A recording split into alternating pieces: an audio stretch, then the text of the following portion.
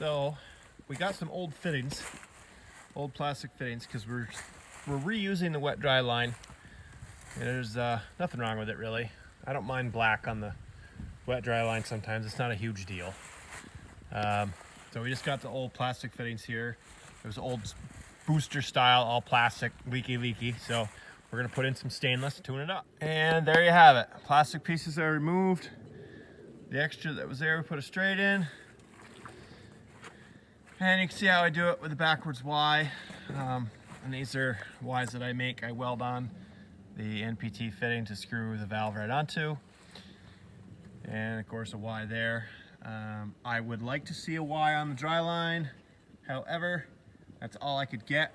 I have a couple that are Ys, 1.5, 3/4 Ys that we are installing, but some of them are T's because that's all I could get.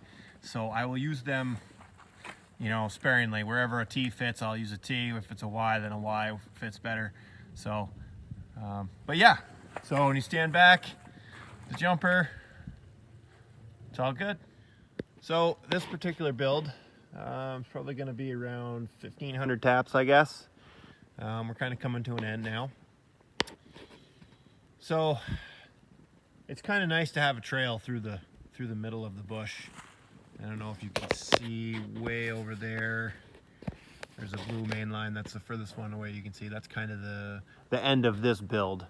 Past that was a build I did last year, and the client wanted to do this build this year. So we did 8 main lines total. But what I want to talk about was this trail. This trail, can't maybe see it too good until we get to here. See my ATV park there. It's always handy to have a trail that comes through somewhere in the bush, whether it's the middle or the bottom third, top third, something like that. I mean, obviously the middle would be great. And of course the trail on the end would be key. And this particular woods mostly goes straight up. It's kind of a rebuild of what was here. So the lines go up the hill and they're a little bit double-sided. Not my favorite thing. I like them to be one-sided so you can walk right up the main line. But this particular setup, it kind of works okay. But there's a trail at the top. So that's cool because I ran the main lines right to the trail. The ends of the main lines right to the trail. So if the client chooses to put in back engage later or a sensing system, smart Trek system, it's just going to be great because it's right there. You can run right up through there to install them or to peek at them or whatever.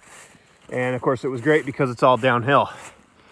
Now I'm holding the phone pretty level right there so you get an idea how steep some of the grades are here. And you can see lots of beech trees. I would have chose to cut the beech trees down first, but I decided it was going to be too much work. So it's all wire tied. The client is doing the drops themselves. He likes doing that work so he can get a look at the trees, and he says he's going to be removing drops, so it'd probably be around 1,200, 1,500 taps or so. But now we're going to do some cutting in of stainless.